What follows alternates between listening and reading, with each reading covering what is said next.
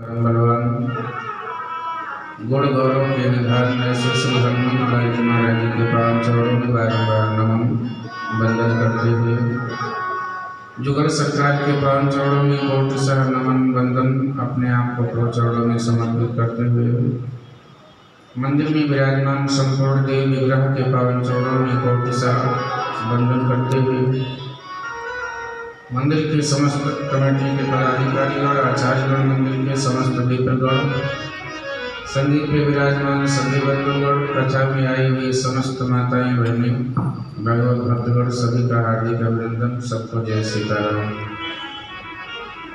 आइए, बड़ा अभाग्य कि हमें पुनः एक कथा का सत्र मिला हुआ है।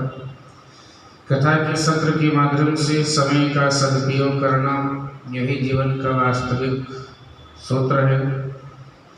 साधु असाधु सदन सुख सारी समिरहि राम देहि गनि गारी। साधु के घर का तोता भी राम राम कहता है और दुर्जन के घर का तोता भी गाली दे के बात करता है। यही सत्संग और कुसंग का प्रभाव होता है। सत्संगी व्यक्ति का सब कुछ वातावरण आदि सब कुछ पूरी तरह से बदला हुआ होता है। पूरा आनंदमय वातावरण होता है और जहाँ कुसंग होता है वहाँ का सब कुछ कुत्सित भाव होता है। यही सत्संग और कुसंग का प्रभाव है। गोस्वामी जी ने तो निवेदन किया है कि सत्संगत मुद मंगल मूला। पहले सेटिंग बहुत अच्छी हो गई थी शुरू में, बाद में फिर बिगड़ गया। सत्संगत मुद मंगल मूला। सत्संग सभी मंगल का मूल है, सभी मंगल का जड़ है। और कोई भी वृक्ष लगाते हैं, जब तक वृक्ष की जड़ पे जल नहीं देंगे तब तक वृक्ष हरा भरा नहीं होता है। मानसकार कहते हैं कि सत्संग रूपी वृक्ष को यदि कोई जल देना है तो जल क्या है? बोले राम भगत जल मम मन मीना। भगवान की भक्ति रूपी जल से ही सींचना है सत्संग को। तो आइए भक्ति रूपी जल से सत्संग रूपी वृक्ष का सिंचन करें। उसके पूर्व 2 मिनट अपने आप को परम पवित्र करें, भगवत नाम स्मरण करें, फिर कथा में प्रवेश करें।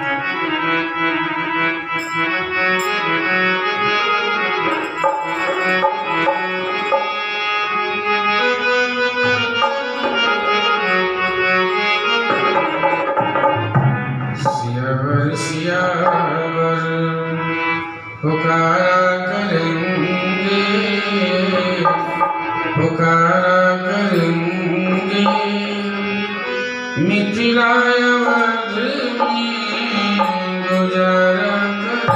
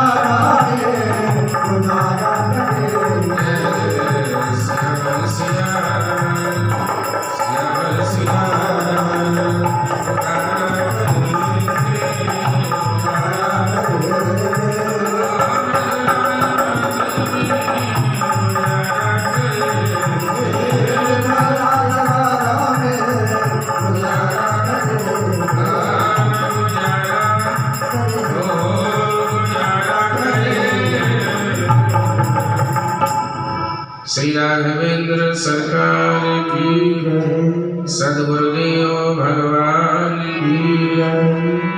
परम भगवान के नाम का आश्रय लेते हुए जीवन का गुजारा करेंगे, यही भक्त का भाव और यही भक्त का निवेदन है।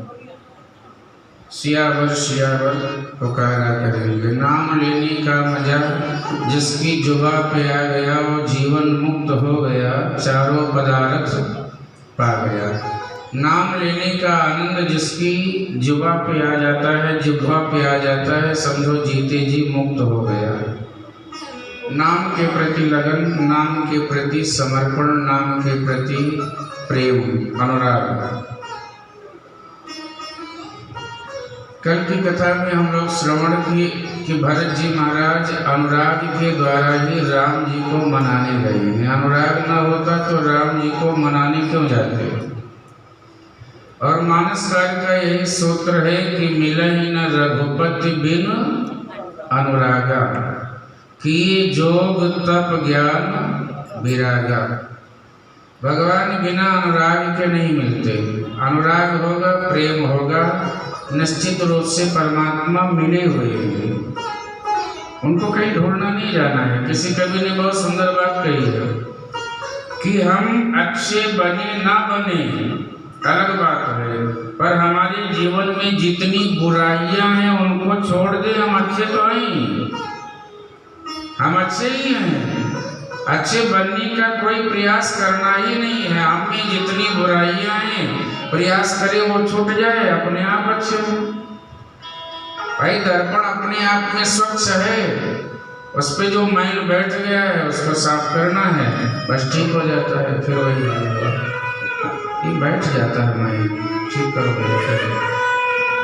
तो मिले ही न रघुपति बिन अनुरागा, बिना अनुराग के भगवान श्री राम जी नहीं मिलते।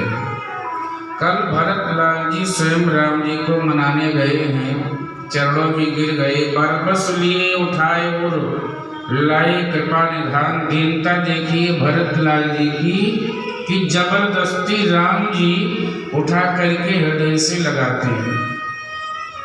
हम लोग किसी से परिचित हों यदि तो ये प्रयास करते हैं कि ये तो हमारे परिचित के हैं, पर नहीं, भरतलाल जी स्वयं के भाई हैं, पर ऐसे मिल रहे हैं जैसे जानते ही नहीं हो। बार बार चरणों में गिर रहे हैं, राम जी बार बार उठा रहे हैं।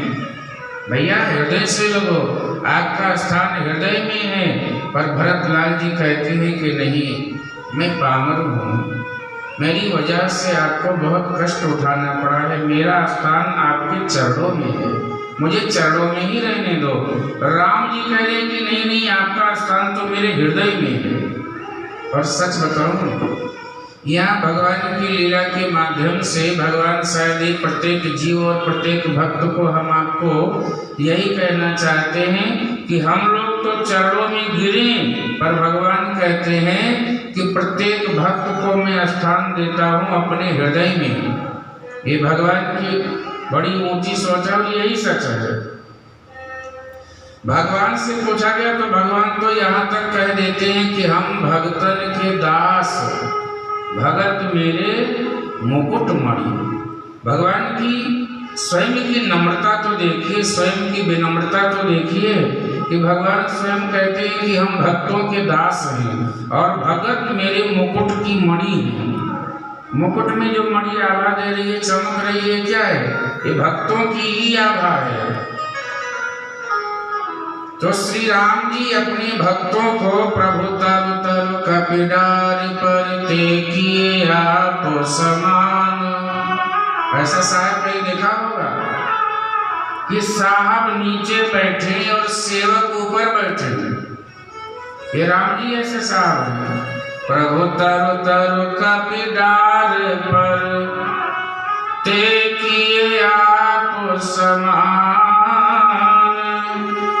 तुलसी कहूँ न राम सो साहब शील निधान। साहब शील निधान। राम जैसा साहब आपको कोई और साहब नहीं मिलेगा। राम जी ऐसे ऐसे साहब हैं कि भगवान श्री राम जी वनवास काल में स्वयं नीचे विराजमान हैं, प्रभु तरुतर कपि डाल पर, बंदर लोग डाली पर बैठते हैं। और इतना ही नहीं, बंदर लोग जब डाली पे बैठते हैं तो ऊपर बैठते हैं तो पूंछ कहाँ जाती है? पूंछ नीचे आती है। जब पूंछ नीचे आती है तो जब नीचे कौन बैठा है? राम जी। तो पूंछ कहाँ जाती है? राम जी के सिर पर। एक बार ऐसी कथा आती है कि लक्ष्मण जी ने कहा, महाराज जी ऐसे ऐसे उद्दंडी लोगों से मित्रता कर लिए हो कि एक तो ये ऊपर चढ़ के बैठते हैं, और ऊपर चढ़ के बैठने की बात छोड़िए, बैठ जाए चलो ठीक है, ऐसी जगह बैठते हैं कि बिल्कुल निशाना बना के बैठते हैं कि इनकी पूंछ आपके सिर पे ही आके रख जाती है, कहो तो पूंछ काट दूं। लक्ष्मण जी कहते हैं गुस्सा, थोड़ा गुस्सा क्रोधित स्वभाव में, तो बोले नहीं, राम जी ने कहा कि एक बात बताओ, कोई व्यक्ति किसी से ज्यादा प्रेम करता हो और वही वस्तु मुझे समर्पित कर दे तो उसे इनाम देना चाहिए या दंड देना चाहिए? तो लक्ष्मण जी ने कहा महाराज इनाम देना चाहिए। तो बोले सब लोग सुंदरकांड में पढ़ते भी हो कि कपि के ममता पूंछ पर, कपि अपनी ज्यादा ममता किससे करती है? पूंछ से। और जो जब पूंछ से ही ज्यादा प्रेम करती है या करता है तो पूंछ ही मुझे चढ़ा रहा है, तदीयम वस्तु गोविंदम तो भयमेव समर्पये, तो बताओ इनाम देना चाहिए कि दंड देना चाहिए? बोले नहीं महाराज इनाम दो। ये आप ही सरकार ऐसे है जो आप कर सकते हैं, ये राम जी सरकार, ये श्री राम जी का स्वभाव। तो भरतलाल जी को हृदय से लगाए हुए हैं, उसी बीच में केवट भी साथ में आए हुए हैं। केवट ने कहा सरकार, जब केवट को लगा कि राम जी और भरत जी प्रेम के समुद्र में डूब रहे हैं, मिले ही रहा तो मानो कबहू मिले ना, ऐसे लग रहा है कि कभी राम जी भरत जी से मिले ही नहीं है। तो केवट को लगा कि मुझे इस प्रेम के समुद्र में डूब जाए उससे पहले मैं उबार लूं। केवट ने कहा सरकार, केवल भरतलाल जी भी नहीं है, साथ में माताएं भी हैं, गुरु जी भी हैं, अभी वो नीचे ही हैं। और जैसे राम जी के कानों में ये बात पड़ी तो राम जी दौड़ पड़े अपनी माँ का दर्शन करने के लिए, गुरु जी को लेने के लिए गए, लेकर के आए हैं। माताओं का वेश देख करके भगवान राम जी को थोड़ा संकोच हुआ है, चरण बंदन किया है, प्रणाम किया है सब लोग एक दूसरे को, और जानकारी हुई है कि पिताजी स्वधाम सुधार गए हैं। भगवान राम जी को बहुत कष्ट हुआ है क्योंकि नर्तन लीला तो कर ही रहे हैं। उस दिन राम जी ने कुछ भी नहीं खाया है, इतना ही नहीं पूरे समाज में केवल लोगों ने जल पी करके लोग रहे। अरे भैया हम इतना तो कर सकते हैं कि जिन्होंने, अब आजकल तो सब मस्ती में खाते पीते कहते हैं क्या सूतक क्या पातक, उसका विचार करो तो बहुत कुछ होता है, पर आप सूतक पातक का ना विचार करो तो आप कैसे इंसान हैं कि जिन लोगों ने आपको लालन पालन करके इतना बड़ा किया और वो आपसे वियोग या उनके प्राण चले गए, उनके जाने के बाद आप कैसे खा पी लेते हैं? मान लो सूतक पातक को छोड़ दो एक तरफ, पर कम से कम वियोग का कुछ कष्ट तो जीवन में होना चाहिए कि जाने के बाद में हम कैसे अन्न को पालेंगे। थोड़ा समय लगता है, पर प्रेम होगा तब तो समय लगेगा, केवल स्वार्थ होगा तब समय नहीं लगेगा। तो सब कुछ रिक्त स्थान बहुत जल्दी भर जाता है, और प्रेम होता है जब तो क्या रे, जाने की बात छोड़िए, यहाँ भगवान श्री कृष्ण केवल मथुरा चले गए थे और गोपांगनाएं भगवान के वियोग में रोज जीती थी और रोज मरती थी, ये दशा थी। तो जहाँ चाह होता है, जहाँ प्रेम होता है, जहाँ भाव होता है, जहाँ अटैचमेंट होगा, हम उसी के वियोग में तो दुखी होंगे।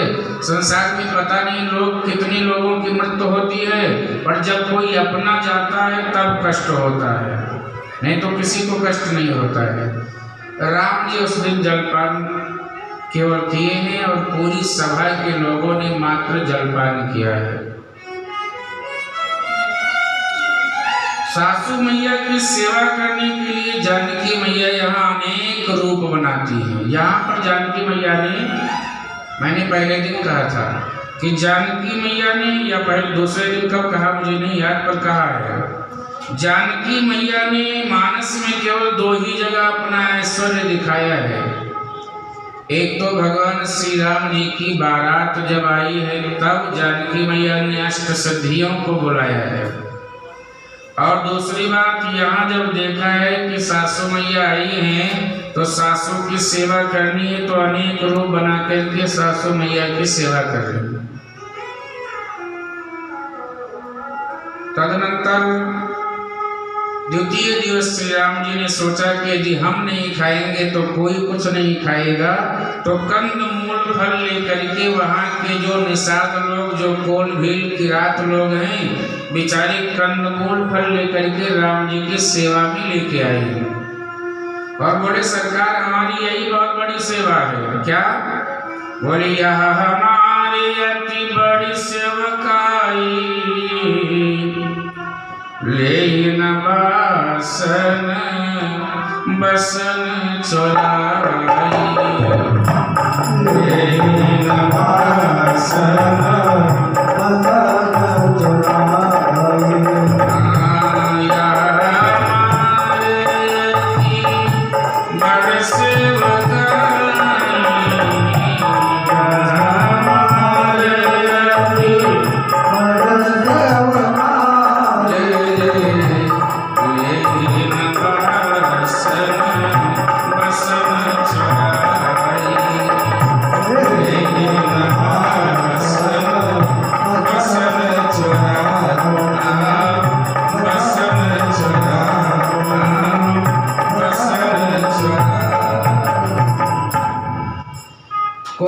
किरातों ने राम जी से क्या कहा? महाराज जो हम कंदमूल फल दोना भर के लाए हैं ना, इसको खा लीजिए आप। ये हम आपको दे करके लाए हैं, आपके प्रेम बस लाए हैं, नहीं तो हम लोगों की सबसे बड़ी सेवा यही है। क्या? लेन बासन बसन चुराई। हम लोग चोर हैं महाराज। हम लोग जो जंगल में लोग आते थे ने, उनके वस्त्रों को चुरा लेते थे, तो हम लोग तो आपको कंदमूल फल दे रहे हैं, यही बड़ी सेवा है। हमारी सेवा स्वीकार करो, वो भी प्रभु आपके स्वभाव को देख करके। आपका स्वभाव इतना सुंदर है कि आपके स्वभाव पे में समर्पित हम लोग हो गए हैं, समर्पण हो गए हैं। हमारी ये पूजा, हमारी ये सेवा स्वीकार करिए। इस तरह से कोल भील किरातों ने समर्पण किया। और राम जी ने निवेदन किया है कि भैया मुझे चाहे न खिलाओ, पर मेरे जो अतिथि लोग आए हैं अयोध्या जी से ना, इनको खूब कंदमूल फल खिलाइए। मेरी माँ आई हैं, मेरे गुरुदेव आए हैं, हमारे मित्र लोग आए हैं, और फिर तो कोल भील किरात लोग कहाँ समझते हैं, पालकी भर भर के फल और फूल ये सब लेकर के आते हैं, समर्पित कर देते हैं। बड़ी सेवा की है। भरत जी कुछ प्रसाद नहीं पा रहे हैं। भरत जी की तो एक ही इच्छा है कि किसी तरह से बैठक हो, और बैठक में मैं भगवान श्री राम जी का तिलक कर दूं, छुट्टी पाऊं। वह समय भी आता है, मीटिंग होती है, राम जी बैठे हैं, गुरुदेव जी से निवेदन करते हैं कि गुरुदेव आप ही बताइए आप किसके पक्ष में हैं। गुरुदेव वशिष्ठ जी ने कहा राम, मेरी तो इच्छा यही है कि जो भरत जी कहें वही करिए। राम जी मुस्कुराए कि वाह भरत वाह, कितने तुम लायक हो कि गुरु जी की कृपा तुम्हारे ऊपर इतनी ज्यादा है कि आज गुरु जी तुम्हारा पक्ष ले रहे हैं। जे गुरु चरणों रेणु सिरोधरहि,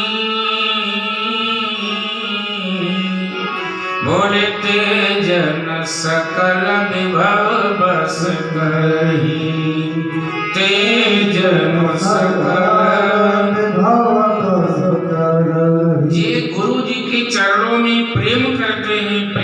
करते हैं, समझो जिनके ऊपर गुरु जी की कृपा हो गई है, ते जन सकल विभव बस करे। ते जन वही व्यक्ति संपूर्ण संसार के ऐश्वर्य को, वैभव को अपने वश में कर लेते हैं, अर्थात उनको सब कुछ मिल जाता है, भक्ति भी मिलती है, शक्ति भी मिलती है, मुक्ति भी मिलती है गुरु कृपा से। गुरु जी क्या नहीं दे सकते हैं, पर एक बात ध्यान देना, गुरु जी केवल रास्ता दिखा सकते हैं, चलना हम ही आपको, कोई भी गुरु होंगे केवल रास्ता दिखाएंगे, यात्रा हमें आपको ही करना है। कवियों ने लिखा है कि नमो बुद्धि अहंकारी चित्तानिनाहम, शंकराचार्य जी महाराज जी का लिखी पड़ी कि नमो बुद्धि अहंकारी, बहुत ध्यान से सुनिएगा, चित्तानिनाहम न चा स्रोत जीव होई न चा धरणी, नमो बुद्धि अहंकारी चित्तानिनाहम न चा स्रोत जीव होई न चा धरणी, न चा व्योम भूमि न तीजो न वायु, चिदानंद रूपम शिवोहम शिवोहम, चिदानंद रूपम शिवोहम शिवोहम, नमो बुद्धि अहंकारी चित्तानिनाहम न च स्रोत जीव होई न च धरणी, न च व्योम भूमि न तेजो न वायु, चिदानंद रूपम शिवोहम शिवोहम, चिदानंद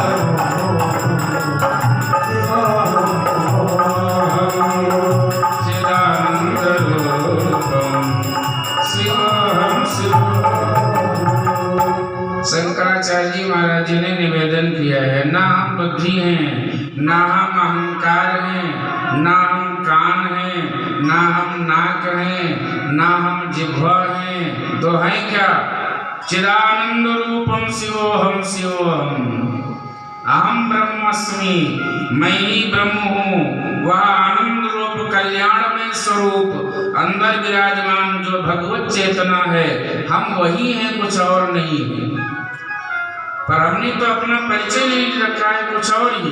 पर अध्यात्म देखो, संसार की तो परिचय यही है, जो हमारा नाम है वही सांसारिक परिचय है, पर वास्तविक परिचय हमारा आपका ये नहीं है। को हम, मैं कौन हूँ, रोज प्रश्न करो तो उत्तर आएगा सो अहम, अहम ब्रह्मास्मि, मैं ही ब्रह्म हूँ, मैं ही परमात्मा हूँ, मैं ही चिदानंद रूप हूँ, क्योंकि उन्हीं का स्वरूप हमारे हृदय में विराजमान है।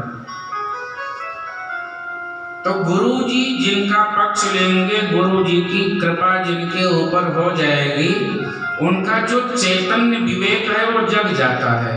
और ध्यान देना, उसी को लोग कुंडली जागृत कहते हैं। जब आपका चैतन्य चेतन स्वरूप जग जाएगा तो सीधी बात है, ध्यान से सुनिएगा, जगत प्रकाश प्रकाशक रामू, ये संसार किसका प्रकाश है? राम जी का प्रकाश है। संसार में वो किसी भी रूप में प्रकाश दे रहे हैं। जगत प्रकाश प्रकाशक रामो, मायाधीश ज्ञान गुण धाम, मायाधीश जगत प्रकाश प्रकाशक रामो, जगत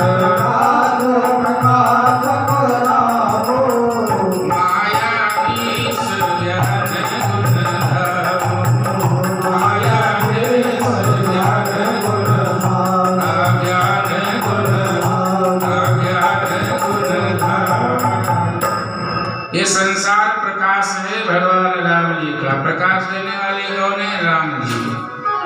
मायाधीश ज्ञान गुण धामो, राम जी माया के धीश है, माया के पति हैं। अच्छा और ध्यान से सुनिएगा, क्योंकि यहाँ का प्रसंग तो बड़ा विस्तार है। भरत जी का प्रसंग बोले विषय करन सुर जीव समेता, थोड़ा ध्यान देना, विषय करन सुर जीव समेता, सकल एकते एक सचेता, सकल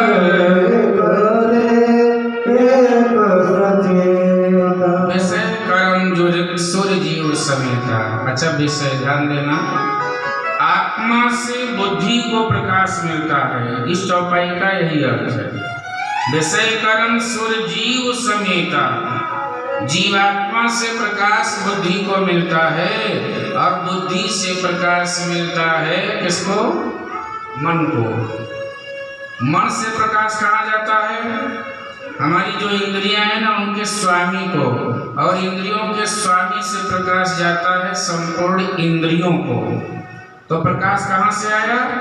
राम जी से ही, क्योंकि जीवात्मा ही परमात्मा है, तो प्रकाश तो परमात्मा से ही आया हमारे शरीर में। कहने का मतलब यदि हम राम रटे या भगवान का भजन करें, जो भी जिनसे भी आप प्रेम करते हो ना, तो अपने आप ऊर्जा आएगी।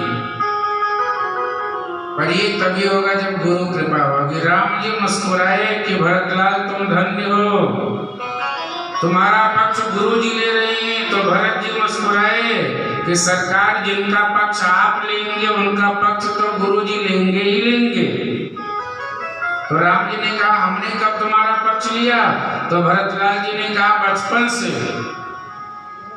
आप मेरा पक्ष बचपन से ले रहे हैं, अब प्रभु कृपा रीति जिए जो ही, हारहि खेल जितावई मोही। भरतलाल जी ने कहा सरकार आप बचपन से मेरा पक्ष ले रहे हो। कैसे? बोले जब हमारी आपकी कबड्डी होती थी तो जानबूझ के आप हार जाते थे और हमें जिता देते थे, ये मैं जानता हूँ। तो राम जी ने कहा भरत ये तो सच है, राम जी जीत जाते थे।